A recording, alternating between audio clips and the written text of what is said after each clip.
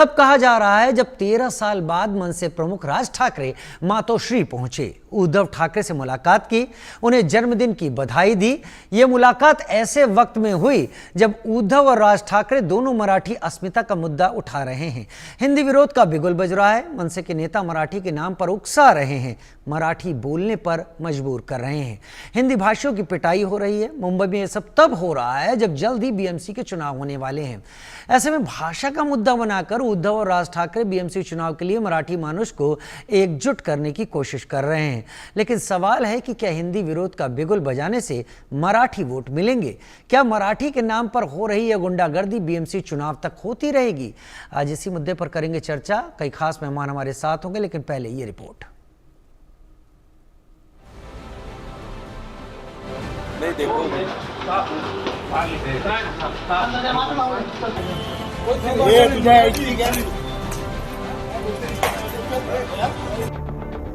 महाराष्ट्र में भाषा पर छिड़े संग्राम, उत्तर भारतीयों की पिटाई पर मचे घमासान और हिंदी मराठी पर छिड़ी सियासी जंग के बीच 13 साल बाद राज ठाकरे अपने भाई उद्धव ठाकरे के आवास मातोश्री पहुंचे।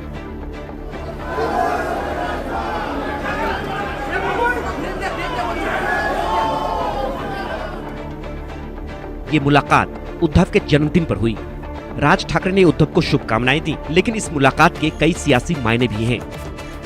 जल्द ही बीएमसी चुनाव होना है, ऐसे में दोनों साथ आ सकते हैं। दोनों साथ आकर बीजेपी और शिंदे की सेना को चुनौती दे सकते हैं। राज ठाकरे सियासी हाशिए पर पहुंच चुके हैं। ऐसे में उद्धव से हाथ मिलाकर सियासी संजीवनी की तलाश में हैं। ठाकरे ब्रदर्स के बीच हाल के दिनों में बढ़ती गर्मजोशी को बड़े सियासी संकेत के तौर पर देखा जा रहा है और इस संकेत से राज और उद्धव की सेना की बातें खिल गई हैं। I mean, we are the most happiest people today. When the Ganga and Yamuna comes together, what more you want? It is like, when Raj Sahib has come today to wish him on the birthday, that is the most enjoyable day for us, memorable day for us. इससे पहले मराठी अस्मिता के नाम पर 5 जुलाई को उद्धव और राज ठाकरे साथ आए थे। कई साल के बाद दोनों भाई एक मंच पर नजर आए थे और दोनों ने ही भाषा का मुद्दा उठाकर हिंदी विरोध की आवाज उठाई थी। बीएमसी चुनाव से पहले हिंदी विरोध की आग को हवा दी थी, जिसके बाद महाराष्ट्र के अलग अलग हिस्सों से मनसे की गुंडागर्दी की तस्वीरें सामने आई। हिंदी बोलने पर लोगों की पिटाई की गई और अब मनसे के एक नेता ने भाषा के नाम पर फिर भड़काने की कोशिश की है।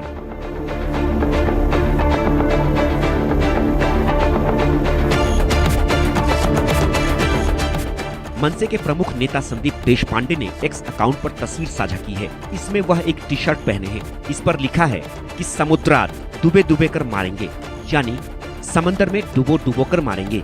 देशपांडे ने टी शर्ट के जरिए बीजेपी के सांसद निशिकांत दुबे पर हमला किया है, जिन्होंने मनसे की गुंडागर्दी पर राज ठाकरे को चुनौती दी थी।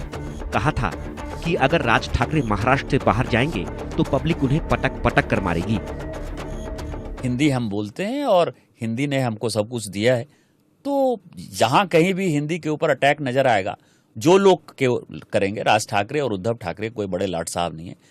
मैं फिर से दोहरा दे रहा हूं कि मैं सांसद हूं, कानून अपने हाथ में नहीं लेता, लेकिन जब कभी भी ये बाहर जाएंगे तो वहां की पब्लिक जो है, जिस किसी भी राज्य में जाएंगे, पटक पटक के मारेंगे इसको।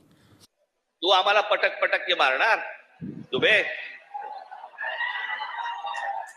दुबेलाच मी सांगतो, दुबे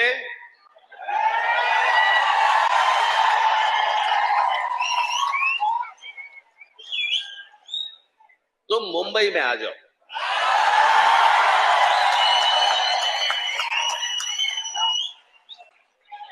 मुंबई के समुंदर में डूबे डूबे कर मारेंगे।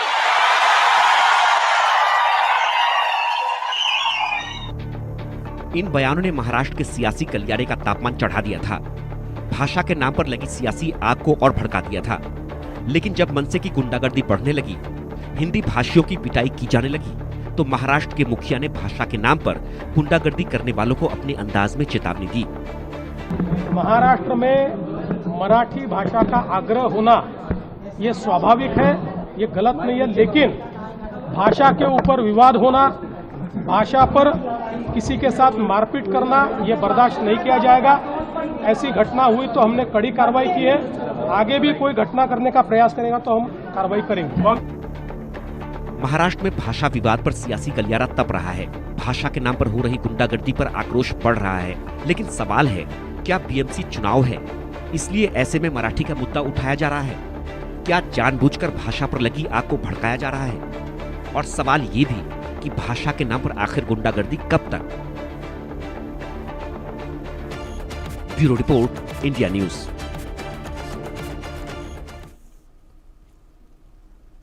महाराष्ट्र की राजनीति हर बार इस तरीके का मोड़ लेती है कि चर्चाओं में अपने आप आ जाती है, और ये एक संयोग कहें या फिर ये हमेशा की एक तय रणनीति कहें कि जब भी ये राजनीति इस रूप में आती है तब आसपास चुनाव की आहट जरूर होती है। इस बार भी बीएमसी चुनाव की आहट है, लेकिन दो भाइयों का एक होना कई लिहाज से बेहतर है। वो खुद की अपनी शक्ति को परख लेंगे, अलग अलग रहकर उन्होंने अपनी शक्ति को आजमाकर बहुत तरीके से देख लिया। क्या इस बार दोनों की एकीकृत शक्ति, ये मिलीजुली ताकत महाराष्ट्र की राजनीति में हलचल पैदा करेगी? दो खास मेहमान मेरे साथ इस वक्त जुड़ गए हैं। गार्गी नंदी रॉय मेरे साथ जुड़ गई हैं पॉलिटिकल एनालिस्ट के तौर पर, और नवीन दुबे पॉलिटिकल एनालिस्ट के तौर पर। आप दोनों जुड़ गए हैं। आज बहुत बेहतर है कि मेरे साथ पॉलिटिकल एनालिस्ट जुड़े हैं, क्योंकि आप लोग जब साथ जुड़ेंगे तो चीजें स्पष्टता से सामने आएंगी। अक्सर होता यह है कि राजनीतिक मेहमान जो होते हैं वो अपनी पार्टी पॉलिसी में चीजों को मिला जुला देते हैं, और फिर समझ में नहीं आता कि हम किस तरीके से आगे बढ़ते हुए यहां पर दिखाई दे रहे हैं। सबसे पहले मैं गार्गी आपका ही रुख करूंगा। गार्गी, जो कुछ भी हो रहा है, मेरी जानकारी के मुताबिक शायद इससे पहले करीब 6 साल पहले की बात होगी, जब राज ठाकरे मातोश्री गए थे अपने बेटे अमित की ठाकरे की विवाह के निमंत्रण के लिए। उसके पहले शायद 7 साल और हो गए थे जब बाला साहब ठाकरे का निधन हुआ था। ये इस बार शायद किसी वजह से नहीं गए हैं। वजह तो बन गई है कि उद्धव ठाकरे का जन्मदिन है, लेकिन पिछले कुछ दिनों के जो समीकरण देखें, क्या ये मुलाकात आपको इस बात का इशारा करती है कि महाराष्ट्र की राजनीति में ठाकरे ब्रदर्स अब अपनी मिली जुली ताकत सामने रखने की तैयारी कर चुके हैं? ओके, धन्यवाद, नमस्कार। मुझे ये लगता है कि ये दोनों जो है ना एग्जिस्टेंशियल क्राइसिस से जा रहे हैं। राज ठाकरे की तो एमएनएस के एग्जिस्टेंशियल क्राइसिस तो है ही, और उद्धव के भी है, इसीलिए शायद एक साथ आए। पर जरूरी नहीं कि ये एक साथ चुनाव में लड़े, क्योंकि इन दोनों ने बोला है कि मराठी भाषा के लिए एक साथ आए। एक साथ वो लड़ेंगे ये अभी तक कोई गारंटी नहीं है। और अगर जब उन दोनों ने एक साथ एड्रेस भी किया था मीटिंग को, तो उसमें आपने सुना होगा कि जो राज जी ने मराठी अस्मिता के बारे में, मराठी की भाषा के बारे में बात की, लेकिन उद्धव तो क्या कर रहे थे? उद्धव जी तो रोना ही रो रहे थे ना, मतलब उनके हाथ से कैसे पावर चले गए। तो ये जो लड़ाई है ना भाषा के लिए, बहुत दुख की बात लगता है मुझे, क्योंकि भाषा, मैं मानती हूँ, सब मानते होंगे कि भाषा इंसान को जोड़ने के लिए होते हैं। ऐसे नहीं कि भाषा के लिए आप दोनों में भेद लेके आए। ये एक तरह से जो जेनोफोबिया, ये कहाँ तक इस जेनोफोबिया को आप लेके जाएंगे? और यहाँ पे जो ये 3 लैंग्वेज पॉलिसी, ये तो उद्धव के समय पे उनके ऑफिशियल्स ने लाए थे, ये अकॉर्डिंग टू एनईपी है। और आशीष शेलार ने कहा है कि जरूरी नहीं कि हिंदी है, Hindi is only one of the 15 optional third language होगा। प्राइमरीली मराठी मैंडेटरी है, और थर्ड लैंग्वेज के हिसाब से आप 15 भाषाएं, उसमें से हिंदी एक है। तो इसमें प्रॉब्लम तो किसी को नहीं होना चाहिए। और तभी क्यों लाया था उद्धव ठाकरे के टाइम में, जब ऑफिशियल्स लाए थे? तो ये ऑब्वियसली उन दोनों की जो, देखिए आप बात कर रहे हैं, आप डिबेट बुला रहे हैं, इतना न्यूज बन रहा है, ये जो मारपीट कर रहे हैं, डरा रहे हैं लोगों को, तो इसमें न्यूज बन रहा है। तो वो है, महाराष्ट्र में कहा था एमएनएस का तो कुछ अता पता नहीं, तो वो जो है, मैं हूं, ये जो एग्जिस्टेंस प्रूव करने के लिए मुझे लगता है ज्यादा से ज्यादा इन लोगों की ये एग्जिस्टेंशियल क्राइसिस है, पॉलिटिक्स है। क्योंकि आप हिंदी के साथ ऐसे नहीं कर सकते। देश के 43.63% लोग हिंदी भाषा में बात करते हैं, और कल अगर कोई मराठी बंगाल में चले जाए, यूपी में चले जाए, तो क्या करेंगे? उनको क्या जरूरी है कि उनको बांग्ला में ही बात करना पड़ेगा, या तमिलनाडु में जाएंगे? क्या ये पॉसिबल है कि हर स्टेट से कोई लोग दूसरे स्टेट में जाए और तभी वो भाषा सीख ले? तो ये भाषा क्यों, इंग्लिश, हिंदी जो भी है, ताकि इंसान को जुड़ सके। तो इसको तो इस एक्सटेंट तक लेके जा रहे हैं कि हमने कर्नाटका में भी देखा है कि कैसे एक ऑटो ड्राइवर ने एक महिला को कैसे मारा था। तो how far will you take it? तो ये जो पॉलिटिक्स है ना, ये जो रीजनल शॉविनिज्म की जो पॉलिटिक्स है, मुझे नहीं लगता ये इससे किसी के भी अच्छे होने वाला है। बिकॉज देखिए, अगर आप देखेंगे कि ये जो भाषा की जो पॉलिटिक्स है, ये क्या कर रहे, किसमें भेद ला रहे, हिंदुओं में ही ला रहे। You mark it. आपने कभी देखा कि ये जो एमएनएस के वर्कर्स बोलिए या गुंडा बोलिए, जो गुंडा बाहिनी है, ये जहां जहां जा रहे, दुकानदारों को मार रहे, कहीं भी मार रहे, डीमार्ट के किसी को मार रहे, कभी देखा कि किसी मुस्लिम एरिया में गया, किसी दाढ़ी टोपी वाले को बोला तुम्हें मराठी में बात करना पड़ेगा? नहीं बोला। तो ये जो मुस्लिम्स है, वो अपने घेटों में जाइए हिंदी में बात करते हैं, उर्दू में बात करते हैं। एमएनएस वर्कर को भी हिम्मत नहीं है, उनको पता है कि काउंटर अटैक आएगा, तो नहीं कर रहे। तो ये जो आप कर रहे हो, आज बाला साहेब ने तो हिंदुओं को एक करने के लिए बोला था। तो जब बाला साहेब हिंदुओं को एक करने के लिए बोला था, तो उनका बेटा जो कर रहे, तो वो क्या कर रहे हैं, जो भेद किसके बीच में ला रहे, हिंदुओं के बीच में भेद ला रहे हैं ना। You dividing the Hindus. तो ये करने से किसको फायदा हो रहा है, आप बताइए, किसको फायदा हो रहा है? और अगर आपको याद है कि नहीं, this was an historical event, I think 1968 में बाला साहेब ने खुद बॉम्बे में हिंदी के लिए बोला है। तभी एक फिल्म बनी थी जो साउथ में बनी थी हिंदी स्टार्स को लेकर, नीतू सिंह वाज स्मॉल, दो कलिया आई थिंक, हाँ दो कलिया। तभी साउथ में बहुत वो दे आर अगेंस्ट हिंदी फिल्मों को नहीं चलने देंगे, बॉलीवुड के फिल्म नहीं जाने देंगे, ये सब चल रहा था। तो बाला साहब ने इसका प्रोटेस्ट किया था कि अगर हम हिंदी फिल्में थी लेकिन साउथ का प्रोडक्शन था, तभी चलने देंगे जब वो अलाउ करेंगे। तो ऐसे नहीं है। तो उनका बेटा जो कर रहे हैं ना, he has become desperate. Uddhav में भी एक डेस्परेशन है, राज साहब में भी एक डेस्परेशन है कि उनके पास इशू नहीं है, तो इस पे पॉलिटिक्स कर रहे हैं। और ये पॉलिटिक्स सारे देश में ये फैल रहे हैं, बंगाल में भी फैल रहे। तो इससे क्या होगा, अभी कुछ दिन पहले जो बंगाल का matinee idol Prasenjit Chatterjee was in Bombay for I think trailer launch थी एक फिल्म की। तो एक बंगाली जर्नलिस्ट ने उनको बांग्ला में क्वेश्चन किया। तो ऑब्वियसली यहाँ पे बॉम्बे में तो लोग जानते नहीं है बांग्ला, तो राजकुमार राव ने सबके लिए वो ट्रांसलेट कर दिया। तो प्रसेनजीत ने उसको बोला क्यों बांग्ला में पूछ रहे हो? The way he was trolled. अच्छा वो तो बंगाली है, he is a matinee idol of Bengali cinema, फिर भी उनको इतना ट्रोलिंग हुआ कि उनको अपोलोजाइज करना पड़ा। वो क्यों बोला? क्योंकि मुंबई में है, अभी बॉम्बे बोल नहीं, वो ठीक है। जहाँ पे सबको बांग्ला समझ नहीं आते, आप मुंबई बोले, आप बॉम्बे बोले, आपकी भावना को मैं समझ रहा हूँ। यही तो फर्क है। यही फर्क है एक पॉलिटिकल एनालिस्ट में और एक राजनीतिक मेहमान में, कि वो इतनी बातों का भी वहां पर एतराज कर लेंगे, लेकिन पॉलिटिकल एनालिस्ट उसको विस्तार देंगे। आपने यहाँ पर कहा अभी हाँ, देश के लिए अच्छा तो नहीं है, ये तो मैं बोल सकती हूँ। आपने कहा कि यहाँ पर अभी कोई सिग्नल नहीं है, लेकिन नवीन दुबे सर, संजय राउत का ये बयान आया है, उन्होंने कहा है कि जो हमारे गठबंधन है, जो महाविकास अघाड़ी है, जिसमें कांग्रेस भी है, जिसमें एनसीपी शरद पवार भी है, जिसमें शिवसेना उद्धव बाला साहब ठाकरे भी है, उन्होंने कहा कि ये गठबंधन अलग अलग चुनाव के लिए है, इसलिए बीएमसी में इनकी कोई जरूरत नहीं। अब राज ठाकरे और उद्धव एक साथ रैली करते हैं। आज राज शायद पहली बार जाकर मातोश्री में जाकर एक जन्मदिन की शुभकामनाएं देते हैं। ये जो राजनेता होते हैं, ये कुछ भी करते हैं, उसके मायने कई सारे होते हैं। क्या वाकई हम समझें, क्योंकि संजय राउत ने कहा कि ये गठबंधन अलग अलग चुनाव के लिए थे या ऐसे नहीं बने थे और बीएमसी के लिए नहीं थे, क्या वाकई बीएमसी में मिली जुली ताकत आजमाने का टाइम है इनके लिए?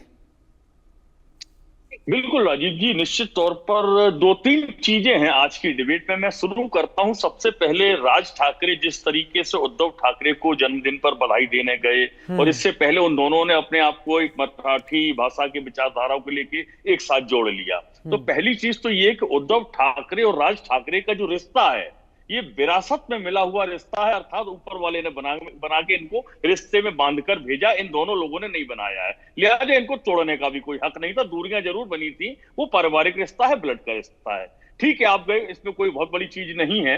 लेकिन प्रश्न इस बात का है कि जिस तरीके से आप मराठी भाषा को लेकर महाराष्ट्र के अंदर जिस तरीके का वातावरण पैदा कर रहे हैं गैर मराठियों के बीच में, चाहे वो गुजराती हो, बंगाली हो, पंजाबी हो, और उत्तर भारत के हिंदी भाषी लोगों, कोई भी हो। अभी आपने हिंदी को टारगेट कर लिया, कल को आप सिखों के बीच में चले जाएंगे, फिर आप मुस्लिम्स के बीच में जाएंगे। अभी गुजराती समाज के किसी व्यापारी की दुकान का बोर्ड तोड़ने की खबरें में देख रहा था। तो इस तरीके की चीजें करके जिस महाराष्ट्र को, जिस मुंबई को हम लोग ये कहते हैं कि देश की आर्थिक राजधानी है, दिल्ली से बड़ा मानते हैं कि मुंबई दिल्ली से बड़ी है और आर्थिक राजधानी है, उसको इतना सीमित आप कर देंगे तो उसके बाद क्या स्थिति बन जाएगी पूरे महाराष्ट्र की। ये तो मैं समझता हूं महाराष्ट्र में शिक्षा का स्तर बहुत अच्छा है, वहां के जो अर्बन एरियाज के लोग हैं वो मराठी की संख्या में समझता हूं 11 करोड़ 24 लाख मराठी हैं महाराष्ट्र के अंदर, जिसमें 8 करोड़ 45 लाख के आसपास मराठी बोलते हैं। बाकी लोग तो मराठी भी नहीं जानते, वहां के जो ओरिजिनल मराठी लोग हैं उनको कैसे ये सिखाएंगे। दूसरी चीज आती है कि जो पब्लिक स्कूल हैं जिनमें सब भाषाओं की शिक्षा दी जाती है, अंग्रेजी को भी प्रमुखता से, आजकल कॉन्वेंट स्कूल चल रहे हैं, तमाम मिशनरी स्कूल चल रहे हैं, बच्चे उनसे पढ़ के निकलते हैं, उनके यहाँ तो प्राथमिकता के आधार पर इंग्लिश पढ़ाई जाती है और अन्य सब्जेक्ट भी इंग्लिश में पढ़ाए जाते हैं। उसको कैसे कंट्रोल करेंगे ये देखिए एक मूर्खतापूर्ण विचार है राज ठाकरे का और उद्धव ठाकरे का। मैं बहुत जिम्मेदारी के साथ कहूंगा, इससे अधिक कुछ नहीं है। दूसरी चीज एक और आती है राजीव जी, दूसरी चीज ये आती है कि जिस महाराष्ट्र के अंदर भारतीय जनता पार्टी की सरकार है, मुख्यमंत्री भारतीय जनता पार्टी के हैं और प्रधानमंत्री जी जो गुजरात से हैं, लेकिन उत्तर प्रदेश में आकर हिंदी भाषी पट्टी, प्रमुख हिंदी भाषी क्षेत्र वाराणसी से चुनाव जीतकर आप प्रधानमंत्री पद की शपथ लेते हैं तीसरी बार, और उसी हिंदी को वहां अपमानित किया जा रहा है, हिंदी के लोग पीटे जा रहे हैं, कानून व्यवस्था का मखौल उड़ रहा है। क्या कर रहे हैं देवेंद्र फडणवीस भाई? क्यों नहीं एनएसए लगा के बंद करते हैं, गुंडों को उठा के जेल में डालिए? कानून व्यवस्था से ऊपर कोई है? संविधान से ऊपर कोई है क्या? और राज ठाकरे, उद्धव ठाकरे को लिबर्टी दे दी है संविधान ने क्या? क्या आप कुछ भी करिए, किसी को भी पीटिए, गुंडाई करिए वहां पर, चलेगी? ये कैसे चल जाएगा भाई? इस पर तो अंकुश लगाने का काम वहां की स्थानीय सरकार का है। उसमें सरकार, मुझे जो बॉडी लैंग्वेज दिखाई दे रही है देवेंद्र फडणवीस जी की, वो उतनी स्ट्रिक्ट नहीं दिखाई दे रही जितनी इस तरीके का अपराध करने वालों के प्रति होनी चाहिए एक जिम्मेदार राजनीतिज्ञ की और जिम्मेदार प्रशासक की। वो चीज नहीं दिख रही है, ये एक बड़ा प्रश्न है। तीसरी चीज आती है कि अब बीएमसी का चुनाव है, आप क्षेत्रवाद के ऊपर, भाषावाद के ऊपर चुनाव लड़ने जाएंगे। हालांकि वहां के जो और स्थानीय नेता हैं, इन्हीं के गठबंधन के, जिसको हम इंडिया गठबंधन कहते हैं, उसके विषय पर आ रहा हूं आपके। सुप्रिया सुले ने विरोध किया है इनका, अजीत पवार भी विरोध कर रहे हैं, वो भी वहां के स्थानीय निवासी हैं, मराठवाड़ा से ही आते हैं। अब प्रश्न इस बात का है कि चूंकि इंडिया गठबंधन की हम लोगों ने जो स्थिति देखी, हरियाणा चुनाव को हमने देखा, दिल्ली का चुनाव देखा और अभी हम बिहार का चुनाव भी देखेंगे, इसके बाद बंगाल भी देखेंगे। इंडिया गठबंधन का, उनके नेताओं का भी ये कहना है कि भाई हमने तो लोकसभा चुनाव के लिए किया था, उसके बाद विधानसभाओं में उसका कोई अस्तित्व नहीं था, अपनी अपनी मर्जी से सारे दल चुनाव लड़े और लड़े भी। अब यही स्थिति बीएमसी का चुनाव हो तो बीएमसी के चुनाव में मुझे नहीं लगता है कि किसी तरीके का कोई गठबंधन वाली बात है या उसकी कोई सुगबुगाहट भी कहीं दिखाई देगी। और मैं सहमत हूं संजय राउत के बयान से, उन्होंने जो बात कही है वो ठीक है। बिल्कुल भाई, अपना अपना चुनाव लड़िए, जिसको जहां जो जितना प्रभाव होगा मिलेगा, और आपस में भी लड़िए, जो जिसका मजबूत कैंडिडेट हो वो जीत के जाएगा। नहीं होगा तो आपकी लड़ाई का फायदा भाजपा उठाएगी और उसको मिलना चाहिए, क्योंकि लड़ाई का फायदा तो तीसरा लेता है, इसमें तो कोई नई चीज है नहीं। दिल्ली में लिया, बीजेपी आई ना कांग्रेस और आम आदमी पार्टी की लड़ाई है का लाभ लेके, तो ये चीज होती है। अब प्रश्न इस बात का आता है कि आप भाषाई विवाद में, इस देश बहुत सी भाषाओं का बोलने वालों का, बहुत सारे प्रदेशों के एक बहुत शानदार गुलदस्ता है जिसकी मिसाल पूरे विश्व में पेश की जाती है। क्षेत्रवार हमसे अमेरिका बहुत बड़ा हो, लेकिन वहां इस तरीके की सुंदरता, यूनिटी इन डाइवर्सिटी नहीं दिखाई देती है जो हमारे यहाँ है।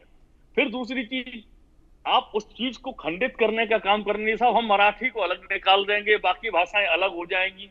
आप कैसे कर सकती हैं? ये देश समग्रता का देश है। मराठा के लोग तो, हमें समझता हूं मुंबई के लोग, महाराष्ट्र के लोग पूरे देश में तमाम जगह काम करते हैं, अन्य देशों में भी काम करते होंगे, तो वहां आप अपने परिवार में मराठी बोलते होंगे, बिल्कुल बोलिए, अपने समाज में आप मराठी बोलिए। हम लोग भी विदेशों में जाते हैं तो जहां हिंदी भाषी लोग होते हैं हम आपस में हिंदी बात करते हैं, और बाकी जगह सारे सब लोग इंग्लिश में बात करते हैं, सब जगह इंग्लिश चलती है, क्योंकि इंग्लिश आज की तारीख में विश्व की लैंग्वेज है।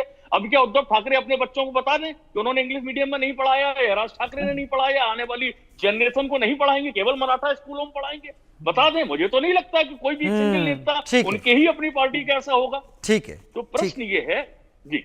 आप बड़ा स्पष्ट तरीके, आपको मैंने इसीलिए समय दिया। पॉलिटिकल राजनीतिक विश्लेषक अगर चीज़ों को एलेबोरेट करते हैं तो पॉइंट वाइज तर्क के साथ करते हैं, इसीलिए सब तक बातें जानी चाहिए। गार्गी जी, मैं आपसे पूछना चाहता हूं, क्या उद्धव ठाकरे और राज ठाकरे को जो करंट सिचुएशन है उनमें उन्हें ये लगता है कि अगर वो मराठी लैंग्वेज को लेकर मराठी मानुस को अपने फेवर में करने की कोशिश करते हैं तो जो नॉन मराठी वोट है वो कांग्रेस, बीजेपी या एनसीपी इन सब में बटेगा, लेकिन मराठी वोट वो अपने खेमे में कर लेंगे? क्या इसीलिए मराठी भाषा को लेकर इतनी जोर आजमाइश हो रही है? नहीं, शायद उनको लग रहा है कि एक मराठी अस्मिता जो है वो होगा तो मराठी लोग उनको वोट करेंगे। पर अच्छा, एक चीज और, चलिए आपने बोला ना, आप जरा ये भी बता दीजिए मराठी अस्मिता से हम लोग क्या समझें, क्या है मराठी अस्मिता?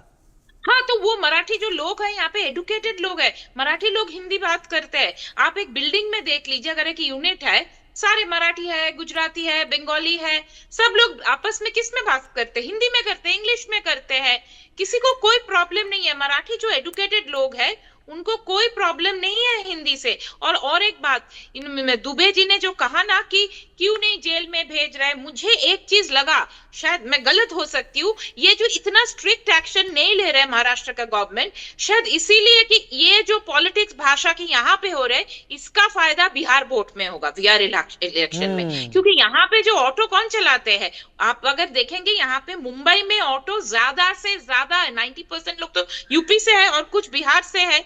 बिहारी यहाँ पे बहुत सारे काम करते हैं। तो जब किसी बिहारी को, किसी यूपी वाले को यहाँ पे मारेंगे तो मुझे लगता है इसका फायदा बीजेपी बिहार इलेक्शन में उठाएंगे। निशिकांत दुबे ने भी दिया, बोला ना पटक पटक के मारेंगे, ये बोल रहे हैं। तो ये कोई राजनीति को आप किस स्तर पे ले जाओगे? कोई बोल रहे इधर मारेंगे, कोई बोल रहे डुबो के मारेंगे। तो मुझे लगता है कि इन नेताओं को समझना चाहिए कि राजनीति के स्तर को इतना तो नीचे नहीं ले जाए, तो कोई और इशू ले। आपके एग्जिस्टेंशियल क्राइसिस है इसीलिए क्योंकि उनके पास कुछ बोलने के लिए है ही नहीं, कोई और इशू नहीं है, तो उनको लग रहा है ये भाषा के लिए वो लोग शायद कुछ वोट जीत सकते हैं। पर बीएमसी में इसका कोई असर नहीं होने वाला है। बीएमसी में लोग इसलिए वोट देंगे कि आपका रास्ता हुआ हो कि नहीं, पानी का क्या सप्लाई है, इसी वजह से बीएमसी में हाइपर लोकल इशू में वोट होता है।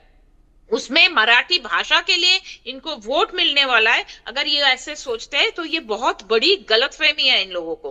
अगर आप किसी भी एरिया में जा रहे हैं, इंडिकेशंस क्या मिलते हैं आपको?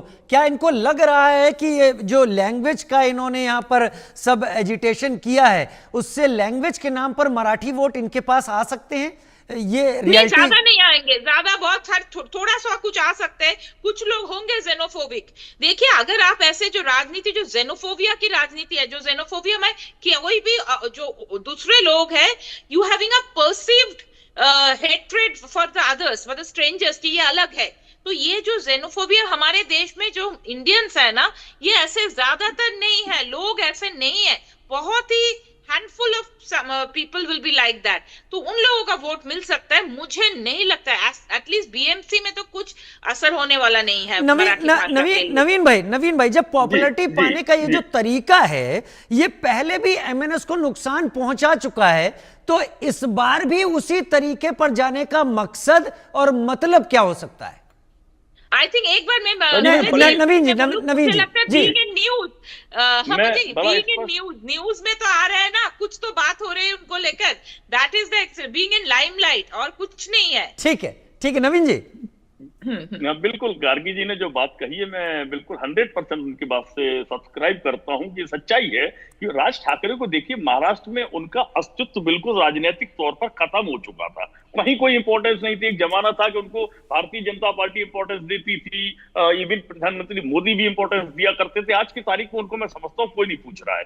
उधर दूसरी चीज एक और भी है, महाराष्ट्र में बड़ी राजनीतिक उथल पुथल हम लोगों ने हाल में देखी है, और इस तरीके की देखी कि वहां से सत्तारूढ़ आपके उद्धव ठाकरे गुट जो था, शिवसेना टूटी, किस तरीके से विधायकों को ट्रांजिट किया गया, आसाम ले, ये सारी कहानी हमने देखी। उसके बाद अजीत पवार पर आरोप लगे, अजीत पवार को वापस भाजपा के साथ गठबंधन में लिया गया, डिप्टी सीएम बनाया गया, बहुत सारे दृश्य हमने देखे। अब तीसरी चीज आती है, इस सारे एपिसोड के बीच में राज ठाकरे को ये महसूस होने लगा कि भाई हम तो इसमें कहीं फिट हो ही नहीं रहे हैं। और उद्धव ठाकरे जब से एकनाथ शिंदे की शिवसेना को मान्यता मिली, वो भी हाशिए पर चले गए। अब उनका अपना क्या वजूद रह गया, उनके विधायक भी टूट गए, सांसद भी टूटे गए, स्थिति टूटी गई है, बच्चा क्या है आपके पास। तब उनको ये लगा कि अब हम दोनों को एक साथ आके अपना अस्तित्व दोबारा से कायम करना। लेकिन एक चीज देखिए, काठ की हांडी एक बार चढ़ गई है। बीएमसी का चुनाव, बीएमसी के चुनाव में महाराष्ट्र के अंदर मुंबई में आप देखें तो लिटरेसी लेवल बहुत अच्छा है, लोग पढ़े लिखे हैं। वहां के स्थानीय जनता हो या बाकी जो बाहर से लोग माइग्रेट करके आए हैं मुंबई में, बड़ी आबादी तो उनकी है। आज की तारीख में लोकलाइट की आबादी मुंबई के अंदर कम है। बीएमसी के चुनाव में आप देखेंगे तो लोकलाइट का बहुत बड़ा फैक्टर नहीं होगा। वहां पर जो भी लोग बाहर से आए हैं, माइग्रेटेड हैं, उनका फैक्टर बड़ा, अन्य राज्यों के जो लोग हैं। ऐसे में निर्णायक कौन है? लोकलाइट तो रहे नहीं। मैं उसी का एक साधारण एग्जाम्पल देता हूं, जैसे नोएडा है। अब आप नोएडा में तो पूरे देश का गुलदस्ता है। एग्जैक्टली यहाँ के जो लोकल लोग थे, उनका एक वजूद हुआ करता था। आज की तारीख में उनका राजनीतिक वजूद बिल्कुल नहीं है। सही कह रहे हैं। नोएडा का आपने बड़ा अच्छा एग्जाम्पल दिया, उत्तर प्रदेश के। नोएडा में आप जाएं तो नोएडा में मराठी भी मिलेगा, नोएडा में तमिलनाडु का भी मिलेगा, केरला के भी मिलेंगे, उत्तराखंड के भी मिलेंगे। जो यहाँ के जो निवासी थे वो नोएडा के आउटस्कर्ट्स के गांव में जरूर मिलेंगे, लेकिन पूरे नोएडा में, ग्रेटर नोएडा में अब उनका वोटिंग की ताकत के हिसाब से उनकी ताकत कम है। लेकिन मेरे पास समय अब ज्यादा नहीं है, मैं बस इतना आप लोगों के जरिए समझ पाया कि जब देवेंद्र फडणवीस कहते हैं कि हम कड़ाई से निपटेंगे और फिर भी एमएनएस के लोग थप्पड़ मारते हैं, फिर भी माफी मंगवाते हैं, तो हर कहीं राजनीति जरूर दिखाई पड़ती है। शायद इस ध्रुवीकरण का फायदा बीजेपी को भी दिख रहा हो और एमएनएस और उद्धव ठाकरे को तो लगातार दिख रहा है, और इसमें नुकसान में शायद कांग्रेस और एनसीपी हो सकते हैं, शरद पवार गुट, क्योंकि वो अभी ना तो 3 में है ना 13 में। बहुत धन्यवाद गार्गी हमारे साथ आपका जुड़ने के लिए, और नवीन दुबे जी आपका हमारे साथ जुड़ने के लिए। इस बीच महाराष्ट्र में भाषा पर मचे घमासान और मराठी के नाम पर मनसे की गुंडागर्दी के मुद्दे पर बात करने के लिए हमारे साथ इस वक्त जुड़ रहे हैं समाजवादी पार्टी के विधायक अबू आजमी। आजमी साहब, बहुत स्वागत है आपका इंडिया न्यूज में।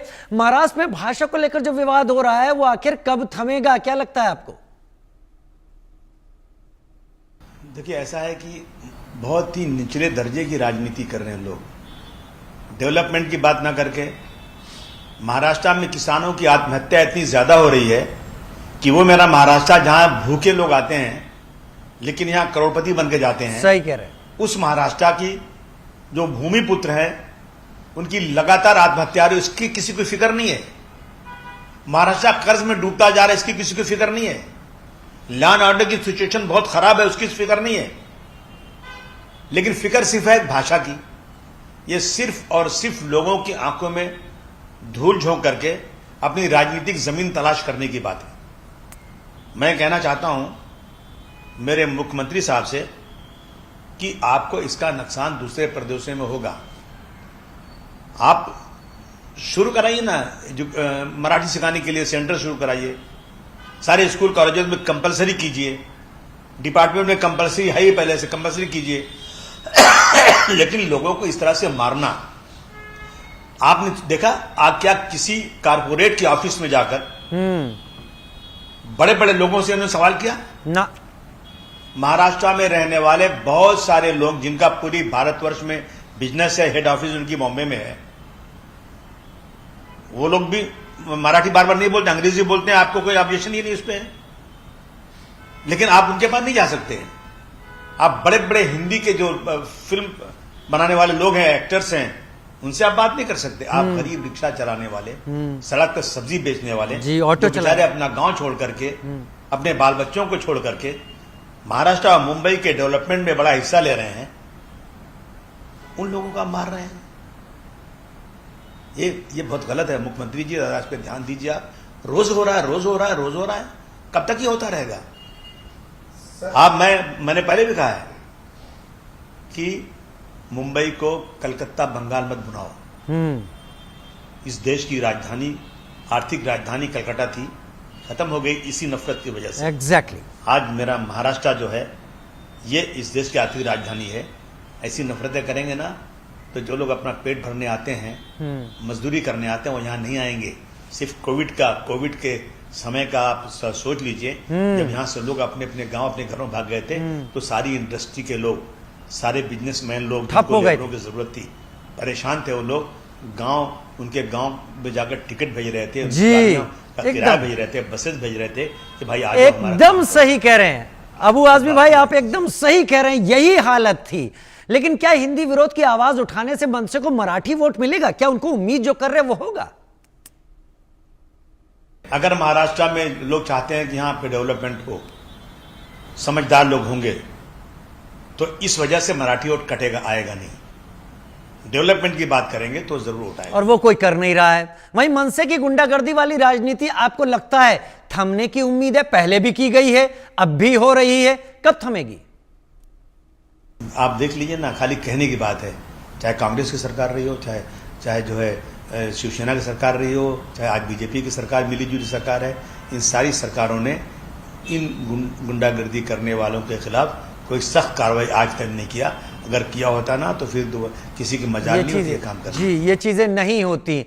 लोग कहते हैं कि भाषा तो संवाद का जरिया है, विवाद का नहीं। भाषा को मोहब्बत से परोसा जाए या जबरदस्ती? 100% भाषा का सम्मान होना चाहिए, मोहब्बत से परोसना चाहिए, लोगों को किताबें देना चाहिए, लोगों को समझाना चाहिए। मगर इतना ज्यादा कहां से ये बात पैदा हो गई? जिन लोगों की राजनीतिक जमीन खत्म हो चुकी है, वो इसी भाषा के सहारे आज फिर चुन के आना चाहते हैं। चलिए सर, एक आखिरी सवाल आपसे। और क्या सियासत में अपना वजूद बरकरार रखने के लिए ठाकरे ब्रदर्स ये सब कर रहे हैं?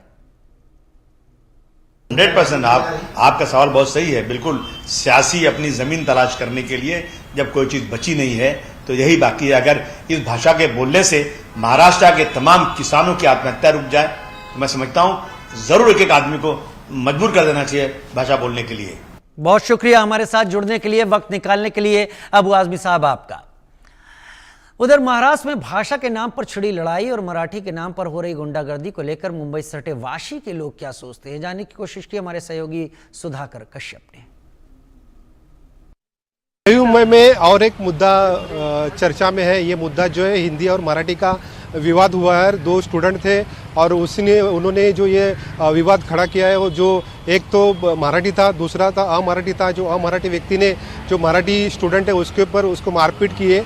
यही मुद्दा मनसे के कार्यकर्ता ने उठाया और पुलिस स्टेशन में इसके बारे में एफआईआर रजिस्टर की है। मनसे के कार्यकर्ता सचिन कदम हमारे साथ है, हम उनसे जानते हैं कि क्या मामला है। क्या मामला है सचिन?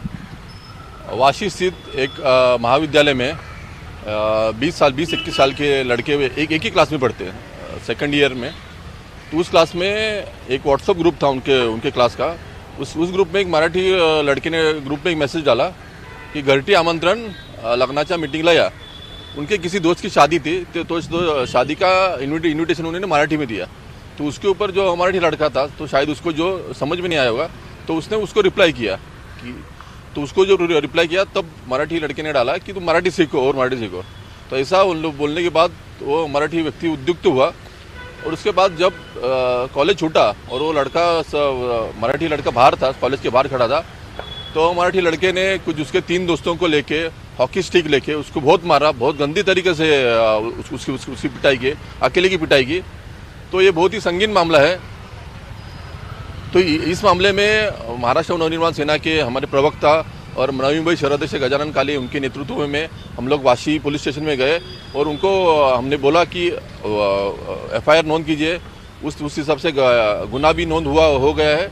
और हमने बोला कि जो हमारे लड़के ने जो ये किया है, सारी बात की है, तो उसको अच्छा सबक सिखाना चाहिए। ऐसा सबक सिखाना चाहिए कि ऐसी बात उसने दोबारा नहीं करनी चाहिए। तो इस तरीके से हमने पुलिस को मांग की है। क्या आपने इस बारे में इसको मारा या कुछ किया इसको, जो मराठी लड़का है? ये हमारे ऊपर एमएनएस के ऊपर हमें हमेशा आरोप होता रहता है कि एमएनएस गुंडागर्दी करने वाली पार्टी है। हम लोग हमेशा मार पिटाई करते। लेकिन आप देखोगे तो ये कॉलेज के स्टूडेंट का मामला था। तो हमने उस जो मराठी लड़का है उसको जो मारा है हॉकी स्टिक से, उस लड़के के घर में जाके हमने उससे मुलाकात की, उससे बात की। वो लड़का घबराया हुआ था और उसने भी हमें रिक्वेस्ट की कि वो जो मराठी लड़का है जब उसको पता चला कि एमएनएस का इसमें इन्वॉल्वमेंट आ गया है, तो मराठी लड़के ने बहुत सारी रिक्वेस्ट की। उसके माँ बाप ने भी उसको रिक्वेस्ट की कि हम आपके पैर पड़ते हैं, आप उसके ये आगे कार्रवाई मत कीजिए। और मराठी लड़के ने भी बड़ा दिल रखे, उसने बोला कि मैं उसको अभी माफ़ करता हूँ, जो हुआ गलत हुआ। तो हमने भी उसका कैसे कॉलेज में सीखने वाले छात्र है, उनका आगे का करियर बर्बाद ना हो, ये ध्यान में रखे हमने भी उधर जाके कुछ उसको मारा पीटा नहीं है, लेकिन हमने पुलिस को वो बोला है कि जो भी है कायदेशीर कार्रवाई आप कीजिए। और ऐसा सबक सिखाइए उस लड़के को कि ऐसे गुंडागर्दी उसने फिर से नहीं करनी चाहिए। और अगर ऐसी गुंडागर्दी चलती है तो हमारे स्टाइल में आने के लिए आप मजबूर कर रहे हो, इतना इशारा हम लोग यहाँ से देते हैं। जो अमराठी लड़का है उसने माफ़ी मांगी, क्या किया उसने लिखित तरीके से माफ़ी मांगी है और फ़ोन करके भी वो जो मराठी लड़का है और उसके जो अमराठी लड़के का नाम है फैयाज नाइक करके लड़का है, तो उसके माँ बाप ने भी इनकी माफ़ी मांगी है। तो हमने उसको फ़ोन करके बोला है कि माफ़ कीजिए, हमारे बच्चे का करियर है, हमारे बच्चे का करियर ख़राब हो सकता है। तो हमने भी बोला कि बड़ा दिल रख के कि हम लोग उसको अभी मार पिटाई करके उसको और ज़्यादा बढ़ावा नहीं देंगे इस बात को। और हम लोग ये समझते हैं कि ये कॉलेज की बात है, ये कॉलेज में अगर निपट जाए तो अच्छी बात है, लेकिन इतना हम लोग जरूर कहेंगे कि मराठी का सम्मान होना चाहिए। अगर मराठी का कोई अपमान अगर करता है तो आप हमें मजबूर करते हो कि हम लोग अपनी तरीके से कार्रवाई करने के लिए। धन्यवाद। Sudhakar Kashyap, India news, Mumbai. उधर महाराष्ट्र में भाषा पर मचे घमासान और मराठी के नाम पर गुंडागर्दी, मनसे की गुंडागर्दी के मुद्दे पर बातचीत करने के लिए हमारे साथ जुड़ रहे हैं कांग्रेस के वरिष्ठ नेता नाना पटोले। बहुत स्वागत है नाना जी आपका इस वक्त इंडिया न्यूज पर जुड़ने के लिए। मेरा पहला सवाल आपसे कि महाराष्ट्र में भाषा के नाम पर ये जो गुंडागर्दी हो रही है उसको लेकर कांग्रेस का स्टैंड क्या है? देखो, हमारे देश की जो एकात्मता है, हमारे देश में विविध भाषा, विविध जाति, विविध धर्म और सब होने के बाद भी हमारा देश एक रहा है और रहेगा। लेकिन बीजेपी सत्ता का दुरुपयोग कर रही है, बार बार हम देखते हैं। जनता को जो मूल आश्वासन इन लोगों ने दिया था उसका पालन ये लोग नहीं कर सक रहे, तो लोगों को कोई ना कोई बात में विवाद में वो डालते हैं और वही विवाद भाषा के आधार पर बीजेपी ने महाराष्ट्र में बोया है। लेकिन इससे नुकसान होने वाला है। मुंबई जैसा शहर हमारा जो है देश की आर्थिक राजधानी है, मेट्रोपोलिटन सिटी है, दुनिया भर के लोग हमारे मुंबई शहर में रहते हैं जी। बीजेपी ये समझती है, लेकिन अब हमारी लोकल बॉडीज इलेक्शन है। अब लोकल बॉडीज इलेक्शन में इनके पास दूसरा मुद्दा नहीं है, तो कभी मुसलमान हिंदू करेंगे, कभी हिंदी भाषा और मराठी भाषा, कभी गुजराती भाषा, कभी तेलुगु भाषा, कभी तमिल भाषा, ऐसे भाषाओं का विवाद कर अपने जो सत्ता में जो दिए हुए आश्वासन को पूरा न करने की वजह से लोगों को डाइवर्ट करने की ये कोशिश बार बार करती है और ये कदापि कांग्रेस सहन नहीं करती। और नहीं नाना जी, लेकिन वही मेरा कहना है, यहाँ पर जीआर तो वापस ले लिया गया था, अब बाद में सब शुरू हुआ, तो मनसे की जो गुंडागर्दी है इसके खिलाफ आपको क्या लगता है बीजेपी सरकार कार्रवाई क्यों नहीं कर रही? कह तो बहुत रहे हैं कि कड़ी कार्रवाई करेंगे। अरे सरकार को ही चाहिए, सरकार को ही इस तरह की लड़ाई चली रही तो अभी आपको पता होगा, आप आंकड़े लीजिए कि सबसे ज्यादा किसानों की आत्महत्या और बेरोजगारों की आत्महत्या महाराष्ट्र में। सही है। ये ना किसान को संभाल सके ना युवाओं को संभाल सके जी। और ये सब पाप छुपाने के लिए इस तरह का खेला खेल रहे हो। मतलब ये चीज हो रहा है दोनों ध्रुवीकरण के उसमें। लेकिन एक मंत्री तो यहां तक कह जाते हैं कि भिंडी बाजार जाओ, मोहम्मद अली रोड जाओ, नाल बाजार जाओ, लोगों को बोलो मराठी जबरदस्त बोलने के लिए। तो इस पर आपका क्या कहना है? तो मैं तो जो राणे का नाम ले रहे हो बच्चा है, लेकिन एक बात तो अभी बीजेपी का मंत्री है। अब मंत्री ने जब वोट लेते हैं तो मंत्री को तो ये सब बातों को तो कसम खिलाई जाती है कि मैं संविधान के आधार पर चलूंगा। तो हमारी संविधान में ये तो कभी नहीं कहा गया है कि वो मुस्लिम है उसको आपने द्वेष करना है। सभी को साथ में लेके चलने की बात हमारे संविधान ने किया। ये संविधान को न मानने वाले लोग क्यों नहीं बीजेपी कार्रवाई करती, उसके ऊपर मंत्री पद से क्यों नहीं हटाती, क्यों उसका एमएलए पद रखती है? इसलिए बीजेपी चाहती है कि ऐसे विवाद बनते रहे और ये बीजेपी का असली चेहरा है। और इसलिए मैं किसी नीतीश राणे के बारे में नहीं, यहाँ तो आपने देखा होगा कि उनका जो सांसद है निशिकांत दुबे, वो तो मतलब पटक पटक के मारेंगे, फिर ये राज ठाकरे बोलता है मैं पटक पटक के मारूंगा। तो ये देश के लिए अच्छी बात नहीं है और कांग्रेस कभी इस बात का समर्थन नहीं करेगी, कभी नहीं करेगी। ये बात भी आप सही कह रहे हैं। लेकिन आपको लगता है कि राज और उद्धव के एक साथ आने से महाराष्ट्र की राजनीति पर असर पड़ेगा, और पड़ेगा तो क्या पड़ेगा? आपने बात सही कही है। आप वो तब राजनीति तो चलेगी उनकी, वो राजनीति कर रहे हैं, तो सरकार क्या कर रही है? सरकार क्यों चुप है? सरकार क्यों कमजोर हो रही है? सरकार, सबसे पहली बात तो सरकार की कमजोरी है। अगर ऐसे गुंडाइज्म कोई भी करता है, बीजेपी के नेता लोग करते हो या सेना के करते होंगे या राज ठाकरे के करते होंगे, तो उनके ऊपर कार्रवाई क्यों नहीं करती? तो इसलिए मैंने शुरुआत में कहा कि बीजेपी इसमें पूरी इन्वॉल्व है। बीजेपी चाहती है कि ऐसे लोग लड़ते रहे और हम इसका फायदा लेते रहे। ठीक है, ये उनका ठीक है नाना जी, मुझे पता है आप रास्ते में हैं और आपके पास समय कम है, तो क्या आखिरी सवाल, आप और आपकी पार्टी इस गुंडागर्दी के खिलाफ क्या कर रही है?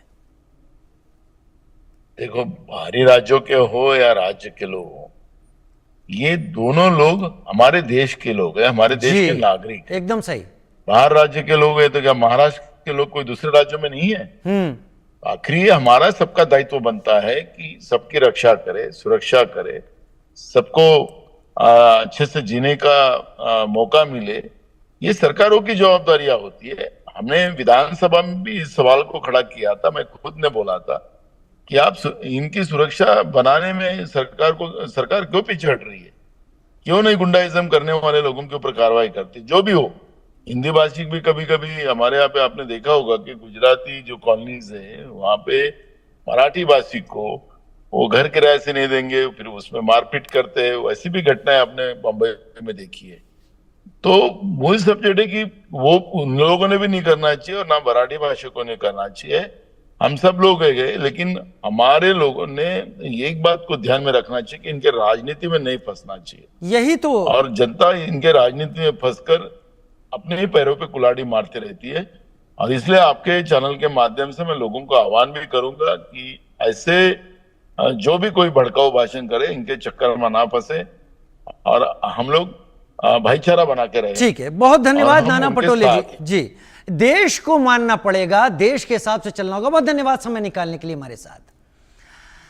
उधर महाराष्ट्र में भाषा को लेकर हो रही गुंडागर्दी पर मुंबई के मदनपुरा इलाके के लोग क्या सोचते हैं, जानने की कोशिश की हमारे सहयोगी शाहिद अंसारी ने। जी राजीव, इस वक्त मैं मुंबई के मदनपुरा इलाके में मौजूद हूं। मैं कुछ सेकंड में मैं इस इलाके की जो है बारे में बता दूं। गैर मराठी और उत्तर भारतीयों में बड़ी तादाद में यहाँ लोग रहते हैं। छोटे से लेकर बड़े कारोबार यहाँ किए जाते हैं और यहाँ के लोगों से मैं बातचीत करूंगा। क्या कहना चाहेंगे कि भाषा के नाम पे जो जोर जबरदस्ती की जा रही है, हर 2 दिन पे महाराष्ट्र के अलग अलग हिस्सों में ये सुनाई देता है, क्या कहना चाहेंगे आप इस पर? मारने से कोई मसला हल होता है क्या? आप प्यार से बोलो ना, प्यार से तो जानवर भी 8-15 दिन में अपना हो जाता है। और अगर चलना है तो राहुल गांधी के नक्शे कदम पर चलो, जो कभी हिंसा की बात ही नहीं करता है। आप तो जहां खड़े हो तो वहां पे बस हिंदू मुस्लिम करते हो। और नारायण रायन अगर मझगांव में रहता है तो मदनपुर और मोहम्मद रोड आ जावे ना, कहाँ दूर है उनके लिए। लेकिन ये जो जबरन रास्ता इस्तेमाल किया जा रहा है कि नहीं बोलोगे तो मारेंगे, ये तो एडुकेटेड और अनएडुकेटेड पीपल का फर्क पड़ता है। जो पढ़ा लिखा रहेगा ना वो ये केस में जरूर बिल्कुल नहीं आएगा, और जो नहीं पढ़ा लिखा, इसका रोजगार नहीं होगा, वो लाइन में घुस जाएगा। मैं चलो कुछ तो रोटी पानी निकलेगी, चाय पानी निकल जाएगा, या कुछ ना कुछ मिलता होगा लोग वहाँ पे। आप क्या कहना चाहेंगे कि भाषा के नाम पे अभी कल वसई इलाके में जो है गुजराती में साइन बोर्ड भी जो है मनसे के गुंडों के जरिए उतारा गया, जबरन तोड़ फोड़ की गई, क्या कहना चाहेंगे आप? देखिए, इससे पहले भी हम लोगों ने मराठी भाषा को लेकर बातचीत की थी। ये जो सारी चीजें हैं, साइन बोर्ड उतारना, किसी को मारना, किसी को पकड़ना, ये दादागिरी है, तानाशाही है, ये चलने वाली नहीं है। मैं मनसे के लोग हो या कोई भी पार्टी के लोग हो, मैं यही बोलना चाहूँगा कि जो सारी चीज़ें आप कर रहे हो ये अच्छी बातें नहीं और ये ज़्यादा दिन चलने वाली नहीं है। आप लोग देखते हो, अकेले में किसी इंसान को सुनसान इलाके में एक दुकान पे जाते हो, 20-25 लोग जाते हो, गुंडागर्दी करते हो, लोगों को मारते हो, लोगों का गिरेबान पकड़ते हो, चलने वाली चीज़ें नहीं है। और इससे महाराष्ट्र का नुकसान होने वाला है, महाराष्ट्र की जनता का नुकसान होने वाला है। देखिए, जो उत्तर भारतीय और बिहारी है, जो भी बाहर से आते नॉन महाराष्ट्रन है, वो यहाँ पे इस तरह जैसे कि महाराष्ट्र एक दूध का प्याला है, तो उत्तर भारतीय और जो बाहर के लोग हैं नॉन महाराष्ट्र, उसमें शक्कर का काम करते हैं। तो इसमें क्या मिठासी आने वाली है। और हमारा जो पूरा इकोनॉमी सर्कल है, आप देखोगे खरीद फरोख्त, इंपोर्ट एक्सपोर्ट जो महाराष्ट्र से इंडिया के अंदर हो रहा है और दूसरे स्टेट्स में आता है। आप देखो ज्यादातर राजस्थान, गुजरात, यूपी, कर्नाटक, यहीं से लोग आ रहे जा रहे लेने के लिए ना। तो आप पहली चीज तो इकोनॉमी को भी डैमेज कर रहे हो, दूसरी चीज ये है कि जो आप कर रहे हो वो बहुत गलत है। मैं एक बात पूछना चाहता हूँ, हम लोग कहाँ रह रहे हैं? बॉम्बे में रह रहे, राइट? बॉम्बे कहाँ आता है? महाराष्ट्र में। महाराष्ट्र कहाँ आता है? इंडिया में आता है, भारत में आता है, हिंदुस्तान में आता है। तो पहले हम लोग भारतीय है, बाद में महाराष्ट्र है। ये चीज सबको समझनी पड़ेगी। या तो राज ठाकरे या नीतीश राणे या जितने भी लोग हैं ये सारी चीजें कर रहे हैं, वो लोग बताए आप महाराष्ट्र हो या आप भारतीय हो, इसके ऊपर पहले डिबेट होनी चाहिए। और इनके अंदर इतना ही गुद्दा है। वजह क्या है कि ये जो लोग हैं, जैसा आपने कहा है ना कि हम पहले भारतीय हैं, बाद में राज्य को आपने अहमियत दी है, तो ये सारे लोग क्यों नहीं समझ पाते इन चीजों को लेकर? अरे मेरी नेशनलिटी है, मेरी बर्थ सर्टिफिकेट पे, मेरा प्लेस ऑफ बर्थ मुंबई है, उनपे भी है, लेकिन ये समझ क्यों नहीं पा रहे ये लोग? मेरा प्लेस ऑफ बर्थ मुंबई है, लेकिन मेरी नेशनलिटी तो इंडियन है ना भाई। मेरे पास पासपोर्ट किधर का है? इंडिया का है ना, इंडियन गवर्नमेंट में। किधर भी जाऊंगा मैं हिंदुस्तान के नाम से पहचाना जाऊंगा, मेरे वतन के नाम से, रादर देन मेरे मतलब मैं शहर का नाम आएगा वो सेकेंडरी, लेकिन पहले मैं इंडियन हूँ। तो यहाँ की हिंदुस्तान में जितने भी लोग रह रहे हैं ना, सब एक बराबर है और हम सबको एक दूसरे का दर्द होना चाहिए। चाहे जुल्म किसी पे भी हो, जुल्म होता है और उसके खिलाफ जब मौका लगेगा इंशाल्लाह हम लोग उस पर बोलेंगे और जो भी उसके लिए करना पड़ेगा जुल्म को रोकने के लिए करेंगे। आप क्या कहना चाहेंगे कि भाई सब तो भारतीय हैं, ये बात जो है ना तो नीतीश राणे समझ रहे हैं और ना मनसे के जो ये गुंडे जो रोज तोड़ फोड़ करते हैं वो कब समझेंगे? ये जैसे कि वो अंकल ने बोला कि पढ़े लिखे और अनपढ़ के बीच का ये फर्क होता है। भाषा जो है ना सिर्फ एक way of talking, way of barrier है, लोगों के बात करने का एक तरीका होता है। चाहे लोग कोई सी भी भाषा में बात कर सकते हैं, हिंदी में भी बात करें, मराठी, उर्दू। हिंदुस्तान में हर बोला जाता है हर 100 किलोमीटर के बाद भाषा बदल जाती है। हमारा देश गंगा जमुनी तहजीब पर चलने वाला देश है, इसमें भाषा कोई बैरियर नहीं होनी चाहिए। तो हमारे देश की खूबसूरती है कि हमारे पास इतनी सारी भाषाएं, इतने सारे लोग हैं, अलग अलग जगह से, अलग अलग लैंग्वेज से, अलग अलग तरीके के लोग आते हैं, अलग अलग धर्म के, अलग अलग जाति के। यही तो हमारे देश की खूबसूरती है, जिसको ऐसे नेता लोग इस खूबसूरती को खराब करने की कोशिश करें। इस खूबसूरती को बस लोगों का मुद्दा जो है वो एक मुद्दे से दूसरे मुद्दे पे डाइवर्ट हो जाए। ये हमारे जैसे यूथ अब बहुत अच्छे से समझने लगे, पुराने जमाने की पॉलिटिक्स है कि लोगों को उनका जो रियल मुद्दा है, टैक्स इश्यूज है, रोड इश्यूज है। अभी बारिश हो रही है, 1 घंटा अगर और बारिश होगी ना हमारे मोहल्ले में, साउथ मुंबई इंडिया का सबसे डेवलप इलाका माना जाता है, आधा घंटा बारिश होगी भर जाएगा पूरा, यहाँ तक पानी आ जाएगा। उस पे कोई बात नहीं करता, उस पे बात नहीं करता, बुनियादी मसाइल पे कोई बात नहीं करता। आपको क्या लगता है कि बुनियादी मसाइल दरकिनार रहे और भाषा का मुद्दा पहले रहे तो वो बुनियादी मसाइल पे कोई बात ही नहीं करेगा? देखिए, बात तो ये है कि आज की जो पॉलिटिक्स है वो अभी चुनाव आने वाले हैं तो लोग अपना एजेंडा कैसे उछाले। जो मनसे के कार्यकर्ता है, चाहे वो गुंडे, हमारी नजर में तो आतंकवादी भी है। जो कश्मीर में हुआ था किस बेस पे हुआ था कि भाई मुसलमान समझ के छोड़ दिया गया, हिंदू समझ के मारा गया। आज यहाँ पे क्या हो रहा है, भाई तुमको मराठी नहीं आती है तो भाई इसको मारो, क्या हो रहा है? तो वो भी हमारी नजर में आतंकवादी होंगे। फिर जिस तरह आप ये सोच रहे हो कि भाई मराठी बोलना जरूरी है, हम भी बोलते हैं हाँ ठीक है जरूरी, लेकिन उससे मोहब्बत से पेश करो ना। जबरदस्ती गुंडागर्दी करने से फिर इसमें हमारे कानून का क्या लेना देना? बाबा साहब अम्बेडकर का जो कानून है वो क्या है कि भाई सबको एक बराबर देखो तुम। इसमें जो बड़े बड़े हमारे नेता है, जो भी बड़े लेवल पे बैठे हुए हैं, उस पर वो क्या एक्शन ले रहे हैं? सब ऐसे कोई भी मार के चला जाएगा, उसके ऊपर कोई एक्शन होता नहीं है। सब में पहला ये विवाद उठा था मीरा रोड से ये चालू हुआ, उसके बाद से उसके ऊपर से उन लोग ने किसी के पास एक्शन नहीं हुआ। क्या हुआ बोले भाई माफी ना, माफी सरकार ने भी तो कहा था ना कि इस पर कड़ी कार्रवाई होगी, लेकिन अभी आज हम बोल रहे हैं जिला थमने का नाम नहीं ले रहे। अभी एक महाराष्ट्र की दुकान है, वो सिर्फ ये बोलेगा कि नहीं भाई सिर्फ तू महाराष्ट्र है तो मैं तेरे से धंधा करूंगा और किसी से खरीदूंगा नहीं, खरीद फरोख्त नहीं करूंगा। ऐसा कहीं पे हो सकता है? नहीं, उनका धंधा कैसे चलेगा? सब जब एक साथ रहेंगे, तुमको इतना ही है तो आज इतने सालों के बाद आजादी की लड़ाई में जब हम लड़े थे तो उसमें क्या था? ऐसा था कि नहीं तुमको मराठी आती तो तुम लड़ो, तुमको उर्दू आती है तो तुम लड़ो।